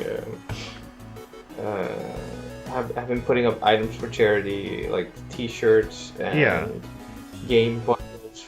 Like Humble Bundle did it, I think, a few weeks ago, and Alana Pierce has brought out merch that also helps with some charities. I think regarding the bushfires, and also Bungie had a special T-shirt up for sale, and 50% or 50% of the proceeds go to one charity that combats forest fires, and the other 50% goes to wildlife preservation.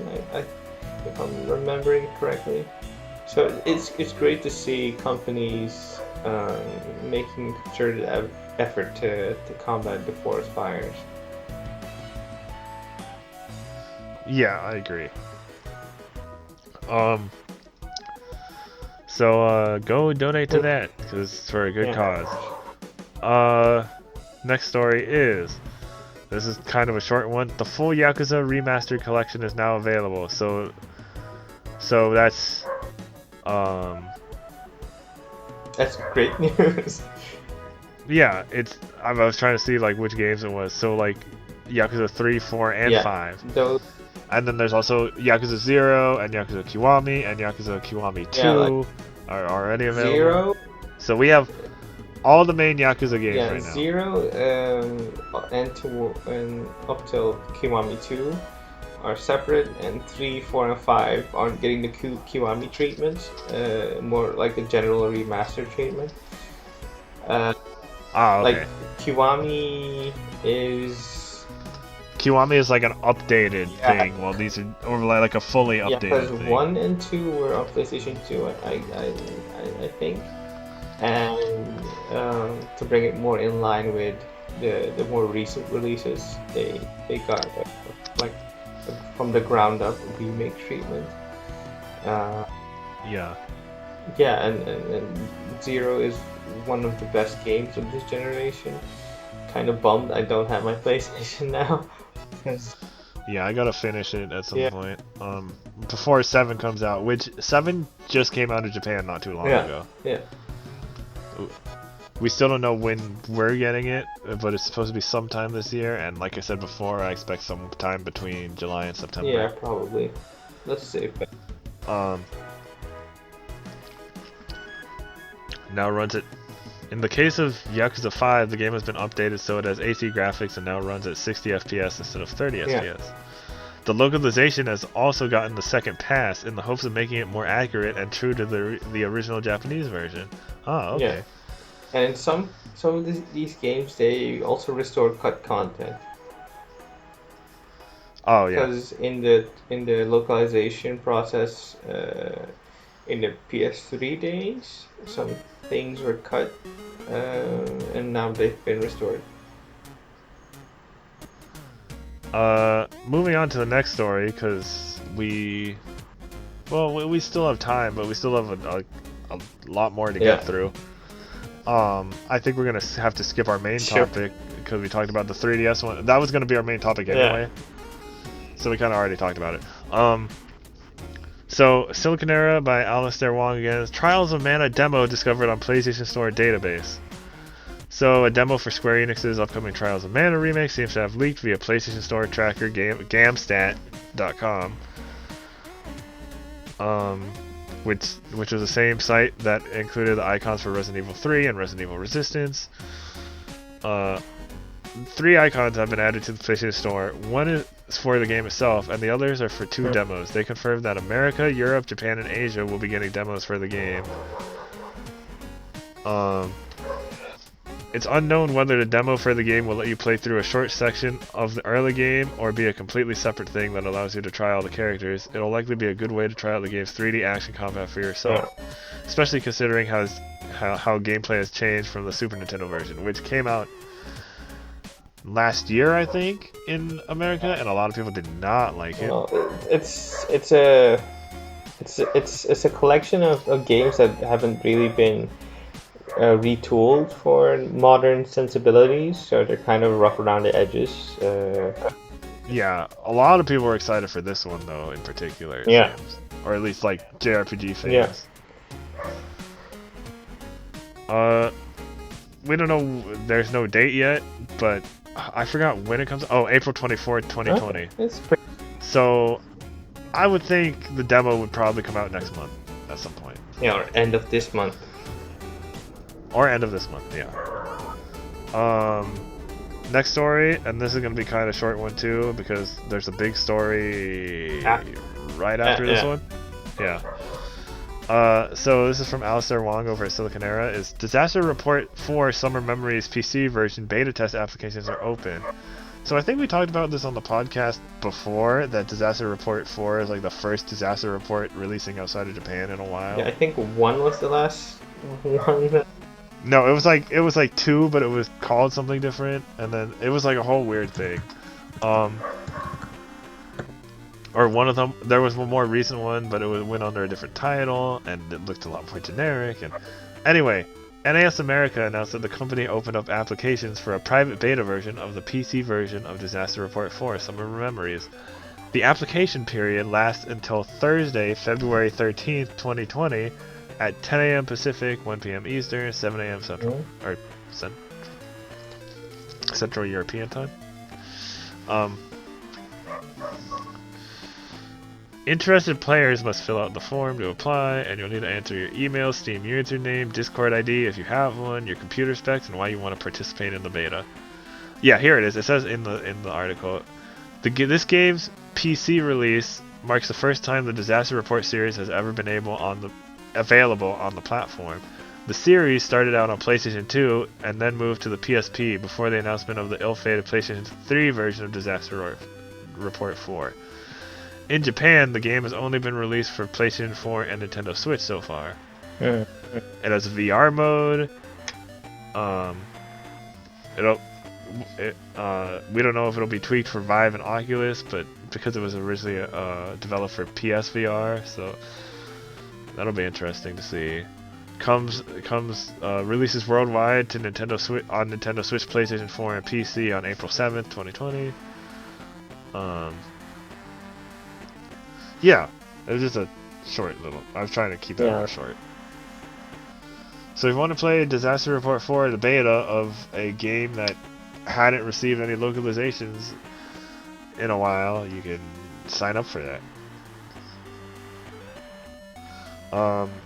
Moving on to the next story, probably the biggest story of the week. Jeff Keighley is to skip E3. Jeff Keighley. I think it's Keighley. Yeah. So he will be skipping E3 2020. He will not be producing his E3 Coliseum. Yeah. His E3 Coliseum. This story is from Gamatsu. Yeah, the Coliseum bit was kind of like an interview segment where they showcased new games with talks. No, it's still happening. It's just he's just not hosting this year. It's kind of big, like one of the most well-known figures within the gaming industry skipping E3. Because he's like, that's one of the things he's known for, E3 and the Game Awards. Yeah, it says a lot about the current perception around E3. Yeah, I've been to E3 several times, and last year it was quite empty. Okay. Which is great for press. Great for press. Not great for E3. And then they had that whole leak with the database of yeah, the database, which I mean, I updated my information is irrelevant on that now, but I was on that. There were 1,000 people on that. Or no, there were like over 2,000 people on that. And didn't they also leak their own site this year? Yeah, so their site leaked recently, and then they made it private or whatever. So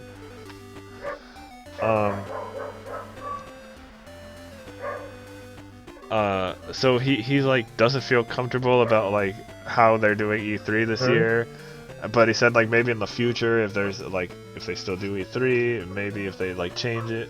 I guess the ESA hasn't really convinced him. So he's looking to see if they're going to do anything new or different, and I'm seeing if they could do like, let's see how you do this without me. Or maybe one of these years he'll like say, you know what, I'll spearhead it, I'll rebrand it, and I'll think of a way to make it more palatable or Kaylee-con? Kaylee-con. I don't think you want to call it that. Also, there's just as a little additional thing, I'm trying to find where is it? Oh, it's right here. GameIndustry.biz has a good piece by Christopher Dring about the whole. Oh, that wasn't the one I was looking for. No, you know what? It wasn't the GameIndustry.biz one. It has a little more of what Jeff Keighley said about his thoughts. And there was also a US Gamer article, which I'll post the link. I'm not sure who it's by, but it had the president of the ESA. Yeah, talking about the president of the ESA commented on Jeff Keighley not attending E3 this year. It's US Gamer, yeah. Yeah. So it was interesting because he was saying how like oh yeah, we've been doing what we can to get the media's trust back, and I'm like, no, you haven't. Like they've barely done it. They've said like, oh, we're sorry about that. But they haven't like done much. They act like they've done like a ton, but you barely hear anything from them Yeah. about it until today. Yeah. And that was a public statement. That wasn't like a. I mean, not that. I mean, a public statement in an article, not like a. Yeah. That was a response to something else happening with E3, not like specifically because of that situation. Yeah.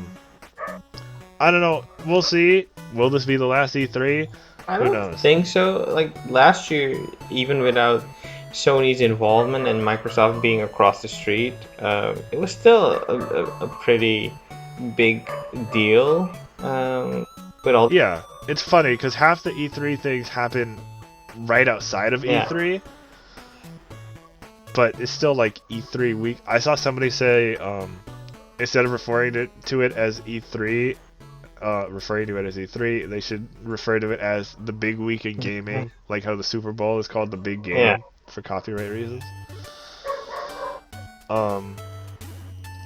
But yeah, we'll see. I plan on going again this year because I just love I love convention Yeah. stuff. It's a fun trip. I stay in a nice cheap little area that's in an area I really like. I'll tell you about that later. I don't want to like be like, oh, I don't know where I am. And I don't know. It's just like, well, growing up in the city that has Comic-Con, it's just like conventions have always been like a big thing that I like. And E3 was like it was my dream to go to E3 since I was like 11. And so when I opened it to the public in 2017, I was like, alright, you know what? I'm gonna go because this could be my only chance to. And I didn't know at the time, I didn't realize I maybe could have gone as press. Ah. And then I've been on as press twice, and you know, that first E3 was great because I met people from GameSpot that I'd been listening to. I met some people from Kind of Funny. Well, actually, I met one of them the week before that at the Kind of Funny Live 3, all the community stuff. But anyway, basically, it was good. It's good for networking. But we don't know who's going. I imagine the big sites will still be going. Yeah, so I think you can look forward to seeing IGN and GameSpot there. Well, last year IGN didn't have a booth, but yeah, IGN didn't have a booth, and GameSpot had a nice stage that they inside, and then they had a huge stage outside. kind of doing work together with other companies as well. So I think you're going to see a lot of that. Yeah. So it'll just be interesting to see how this changes. And even if this was the last E3, it's not like the end of all gaming events. Like it's the end of it would be the end of one of the big ones. You still have PAX, you still have Gamescom. PAX, Gamescom, TGS. Yeah. Anime Expo actually gets a lot of game announcements these days. Yeah, so they're more, Comic-Con gets some game they're stuff. more spread out. Maybe PSX will come back, I'm hoping. We'll see what happens. And I guess Jeff will also see what happens. Next story, moving on. Really quickly, with the Game Awards, Jeff also has like 10 announcements, more or less, every year. And those generate a lot of press. So, yeah, do we really need E3 anymore? Question mark. Yeah, do we really need the show itself anymore? It's like, well, that's how we get a lot of previews of games, though. But then again, companies are always flying media and influencers out to their like studios or to whatever their events are. Yeah. So we'll see how things change over time.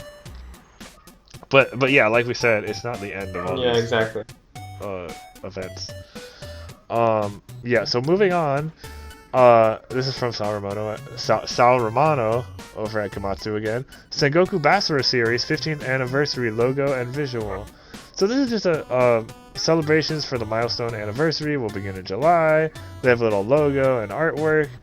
The reason it's basically like it's kind of like a more flashy Dynasty Warriors, Well, more colorful Dynasty Warriors, Sengoku flashy Basara. and colorful. I mean, I don't know how else to explain it. I get It's you. like, because I haven't really played that much of Dynasty Warriors besides like the, Dragon Quest Heroes and the Nintendo ones. Like, I guess it's more comparable to like Samurai Warriors in some respects. But this is I believe it's by Capcom? Yeah, it's by Capcom. They also, And we only got they also, a few of these games outside of Japan. yeah, and they also have a few anime series, and they're pretty enjoyable. Yeah, that's what I was going to Yeah. mention. The anime is ridiculous, and the games are kind of ridiculous. There are only 2 of these games that have been released in the West. The first one, which is for PS2 and called Devil Kings, and then the third one, which was for PS3 and called Sengoku Basara Samurai Heroes here.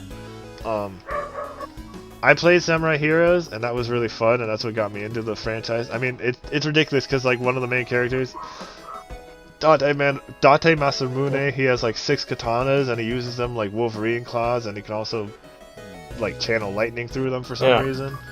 And then there's like a giant samurai guy who has like a rocket feet. It's kind of ridiculous. But that's why I love it so much. And then there's like a spin-off anime recently where they're all in high school, and because that happens. I just thought this was a story I wanted to include just because it's a big franchise in Japan, and we haven't gotten a localized version in a while. And with Capcom having so much success with other stuff, maybe we can see the next one coming. Yeah, I wouldn't count it out. I'm hoping, because it's a fun game. Like Dynasty Warriors, it's a fun game. It's a fun junk food game. Nothing wrong with that. Yeah. Nothing wrong in small doses. You play for a long time and it'll hurt your eyes. Moving on, Saruman over at Gamatsu again. Bless Unleashed launches March 12th. And because I mentioned Kind of Funny earlier, I just thought like I was listening to Kind of Funny when I went to the story, and I was like, "Hey, Blessing Unleashed." Well, I don't. I'm like, is that the Sonic? Is that when the Sonic movie comes out? I don't know if you listened to the KFGD episode from yesterday. I did, but I was like tuning in. Where Blessing and Gary Widow were hosting, and Blessing made note of he knows how much his name and this game have been mentioned online, because people at him on Twitter like, hey, this game has a new announcement. Like, he's aware of it. Oh, I must have been drifting out at that point, because I was doing something else at the time, so I was just drifting in and out, because I try not to miss those Widow Wednesdays.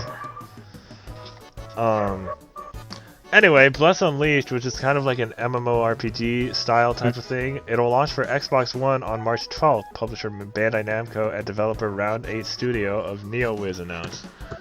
Currently available for pre-purchase in Deluxe Exalted and Ultimate Founders Packs. Oh, I thought this was for a beta. No, I think the PS4 is getting the beta, but it's Xbox One exclusive. For now. Just like the Phantasy Star beta. I actually saw a friend play that. It looked really good. I mean, it does look really good. This one also looks pretty cool. And that's why I included this news story, because like Phantasy Star this past weekend was like, I saw a handful of people streaming it, and I'm glad it's getting some attention. Hopefully, this also has like an open beta on the other consoles, like you said, and at least it's Xbox One like exclusive right now, because it doesn't say PC. Does it? No, it doesn't say PC in this article. It just says Xbox One. Well, I'm going to the website now. blessunleashed.com. At least for now. Yeah, it's only for Xbox One, which is really surprising. Well, so I guess you can't say Xbox One barely has it. Well, they still barely have any exclusives, but they have another exclusive for Yeah. now. That's impressive. Um, like right before the generation ends, guys, we have one. No, Xbox is great. I don't have one. But next gen, maybe I will get one. I had an Xbox 360. That was kind of fun. Anywho, I'm excited for Bless Unleashed. There's a whole YouTube breakdown. I'm only going fast because we still have A like few more to go. a few more news stories to get through, and we don't have that much time left. If we don't want to go over 2 Yeah. hours. So this next news story is all you. Okay. Sakura Wars launches April 28th in the West, which is amazing news for me. I don't know about all you guys, but Sakura Wars is like an RPG slash mecha slash dating sim slash visual novel game series in Japan. They've also have a couple of anime shows. Oh, well now that you say that, And a couple of the console versions did make their way to the West, I'm guessing.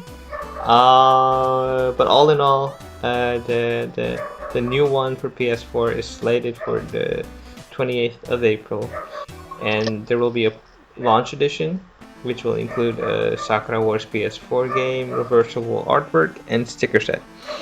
And if you know me, if you know my screen name, which is usually Ichigo Kurtar, I'm a big fan of Kubotite, or Taito, Taito, who did the character designs for Sakura Wars, who's also the creator of Bleach.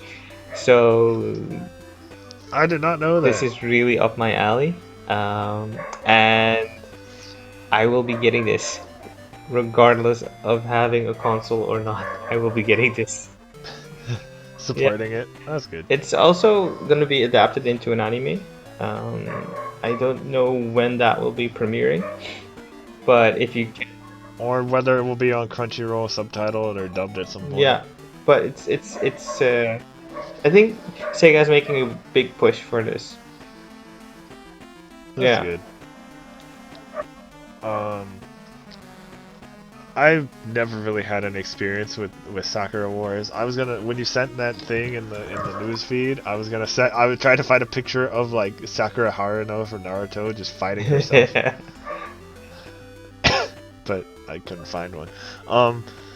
Anyways, yeah, I'm happy for you with that. Happy for the fans of that series. It's always good when something that hasn't been localized in a while makes a comeback. I'm gonna switch these two news stories because that last one is longer than the other one. So Sauramano of Reikamatsu again, just like the last story was. Langrisser 1 and 2 PS4 and Switch demo launches February 20th in the West. So NAS America will release a demo for Langrisser 1 and 2 for PlayStation 4 via the PlayStation Store and Switch via the eShop on February 20th. Demo features chapters 1, 2, and 3 of Langrisser 1 and 4, 5, and 6 of Langrisser 2. That's weird. As well as the ability to switch between the classic and remastered art styles. Oh, good. Oh, great. No, because I actually don't like the remastered art style all that much. Yeah, you can switch between them, so you'll be fine. Because it's not my type of game. I'll play the demo, but it doesn't seem like my type of game. My thing was just the art style. The new art style was just made it more generic. I like the old art style it had with the sprites and everything. I felt like it gave it more charm. Yeah, I get you. Users with demo save data will receive an extra 5,000 gold and 2 CP when playing the full release, which is due out for PlayStation 4, Switch, and PC via Steam on March 10th in North America and March 13th in Europe. So it's a strategy RPG from watching the trailer. It's like Fire Emblem, but ish. Fire Emblem ish.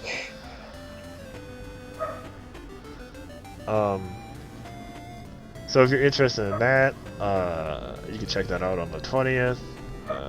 I don't really have anything else to say about that except for like there's another demo coming out and that's cool. Yay!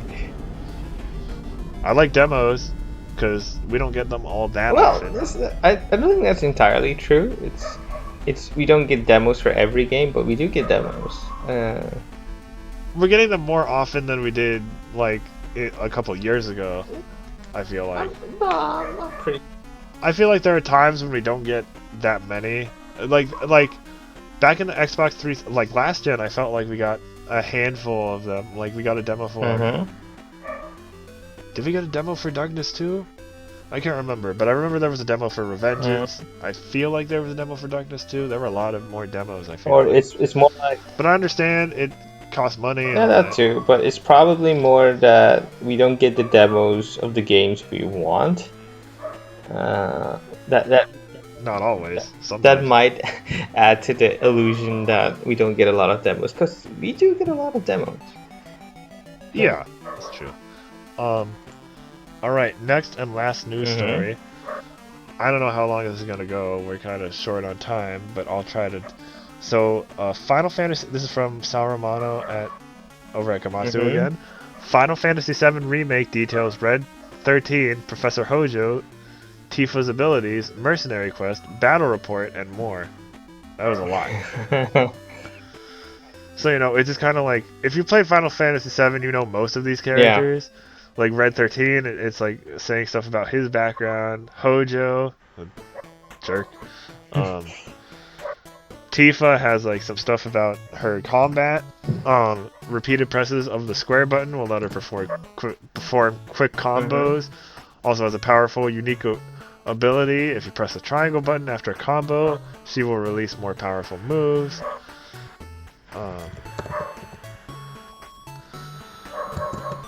Attacking enemies will fill your ATB bar. When it's full, you can use it to launch a special ability. So Tifa has stuff like True Strike, hits an enemy directly in front of her. Dive Kick, a high-power mid-air kick. Materia on weapons. Healing Materia for Cure and Cura. Deadly Dodge Materia that lets you turn any attack after evading into a powerful melee strike. That's pretty cool. Nail Bat, one of the most fondly remembered weapons from the original game, reimagined. When you equip the weapon, your character's appearance will change in and out of battle. Mercenary Quest, which are just like side quest type stuff. Slums Quest, taking care of some quest task Cloud with taking care of some drakes. If he completes it, he'll be well rewarded. Is that how you get the Knights of Round or something? I don't remember. There's a new character. His name is Chadley. He's a 15-year-old research trainee who works under Professor Hojo. You will find him in Sector 7 slums where he researches new types of materia. If Cloud helps out, he'll develop and sell material for the team. That's weird. Yeah. Chadley. Because he works for Hojo, but he's selling stuff to you? I don't know. Maybe he just doesn't like Hojo. He's like, whatever. Wait. Summon, and the did you see the pictures of these summons? Yeah. There's a Chocobo chick who's apparently powerful and will assault your foes with powerful attacks. Yeah, it's a summon, right? Yeah, it's a summon. I guess a new summon, because that wasn't in... What? Could you summon a Chocobo in Final Fantasy VII? I don't know. I don't remember either. I don't think so, but I was kind of surprised to see my timeline react so surprised about the Chocobo's redesign, because this has been known since last year, I'd like to say. The baby one? Or not the baby one. No, not the baby one. I feel like the grown up, the adult one. But it's not like that's such a big stretch. No, it's not. But it's just like, I think it's just the way it's presented. They're just like sitting down like that, and it's like maybe they should have put it in a different position. They weren't ready for the cuteness. Yeah, or the super sun hair. And the carbuncle. Yeah, a lot of people do not like what the carbuncle looks like. Because he has a really big head. Yeah, I don't know why they didn't. I forgot what the Final Fantasy 15 one looked like, but I feel like it looked. That one looked like a fennec fox. Yeah, I feel like they should have gone with something closer to that. Why did they change? Well, they changed everything from. I guess it's not because the games aren't connected, so it doesn't matter. Yeah, exactly. Cactar, which You will get Cactar when you pre-order the deluxe edition, digital deluxe edition, or first class editions of the game. I don't know if you can get it without pre-ordering, but I would assume you could still get it at some point. Yeah, hopefully. Expanding Midgar, make a reactor, course through tunnel. It just says some stuff about the environments. And that's all. It was a lot. It was a lot of new stuff, but just kind of like, okay, here's some more little details if you want to know. We're kind of over. We already did our main topic. I apologize for any coughing in my audio. I've been a little under the weather, as I said earlier. Hopefully next week I'll be okay. Yeah, and the dogs on my end have been going ham. And let's hope that I can put this podcast in the right order for lucky episode 7. Well, here's to hoping. Any final thoughts? No, it's been a great week for news. I'm looking. It's been an interesting week for news. Yeah, definitely. For sure. I mean, it's only gonna get more interesting in the coming weeks after this. Yeah, that's true. So yeah, we'll see how it goes. I'm excited for the things to come. The last thing I have to say is buy Snack World, digital or physical. Well, if you're physical, you want to pre-order it because that's going to be hard to find. But buy and play Snack World. I'll be talking about it next week. I'm if I not you don't if have I to. Didn't have, if I didn't have so much to play already, I'd probably buy. Yeah, no, I'm not saying you. I'm just saying like people in general. Yeah.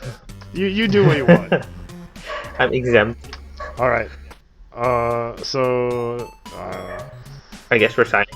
I guess we're signing off. Yeah. Okay. Bye. Bye.